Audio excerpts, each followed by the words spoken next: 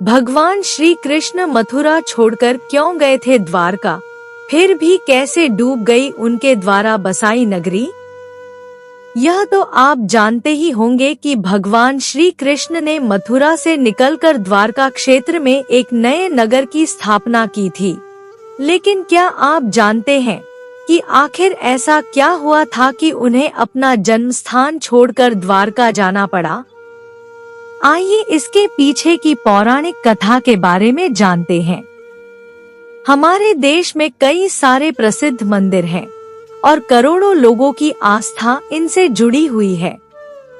गुजरात राज्य में स्थित द्वारकाधीश मंदिर भी हमारे देश के प्राचीन मंदिरों में से एक है।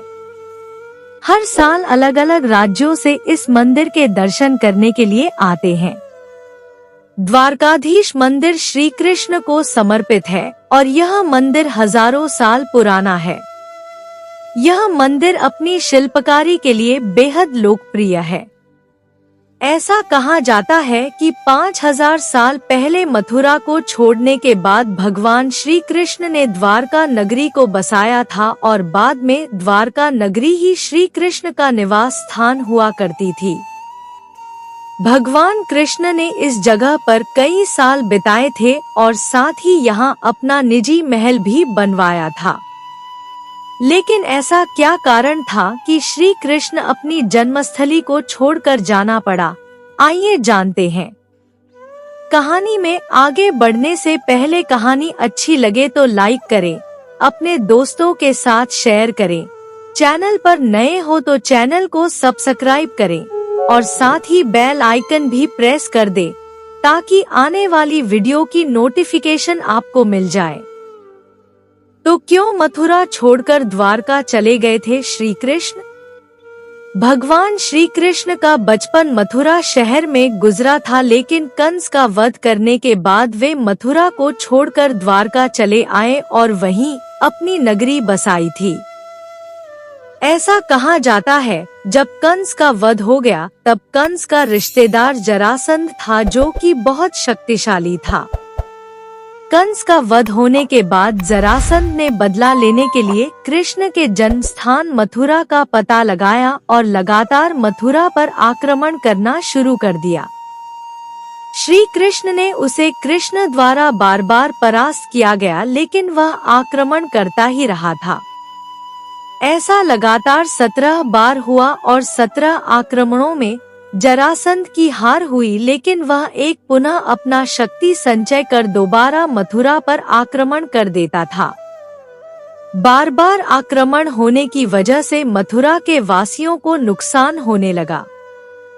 इसके बाद कृष्ण ने आत्मचिंतन किया कि कंस का वध मैंने किया था और कंस के वध का उत्तरदायी मैं हूँ, लेकिन जब यह बार बार आक्रमण करता है तो मृत्यु मेरे सैनिकों की और प्रजा की होती है। मथुरा राज्य विकसित नहीं हो पा रहा है क्योंकि युद्धोपरांत होने वाली हानियों से निपटने में समय लगता था। इसलिए लिया द्वारका छोड़ने का फैसला। इसके बाद भगवान श्री कृष्ण ने समस्त यदुवंशियों के साथ मथुरा छोड़ने का फैसला लिया, क्योंकि कृष्ण यह जानते थे जरासंध की मृत्यु उनके हाथों नहीं लिखी है। ऐसे में जरासंध द्वारा मथुरा की प्रजा पर होने वाले अत्याचारों को रोकने के लिए भगवान श्री कृष्ण रातों रात कृष्ण ने मथुरा का त्याग कर दिया, जिसके बाद श्री कृष्ण ने गुजरात में जाकर समुद्र किनारे अपनी एक दिव्य नगरी बसाई। इस नगरी का नाम द्वारका रखा गया। माना जाता है कि महाभारत के 36 वर्ष बाद द्वारका नगरी समुद्र में डूब गई थी। रहस्यमय है, द्वारका नगरी हिंदू धर्म के प्रमुख 4 धाम में से एक श्री कृष्ण की नगरी द्वारका गुजरात के काठियावाड़ क्षेत्र में अरब सागर पर स्थित है। द्वारका का बड़ा ही ऐतिहासिक और पौराणिक महत्व है। माना जाता है द्वापर युग में आधी द्वारका समुद्र में डूब गई थी और आज भी द्वारका समुद्र में अनेकों रहस्यों को अपने अंदर समेटे हुए है।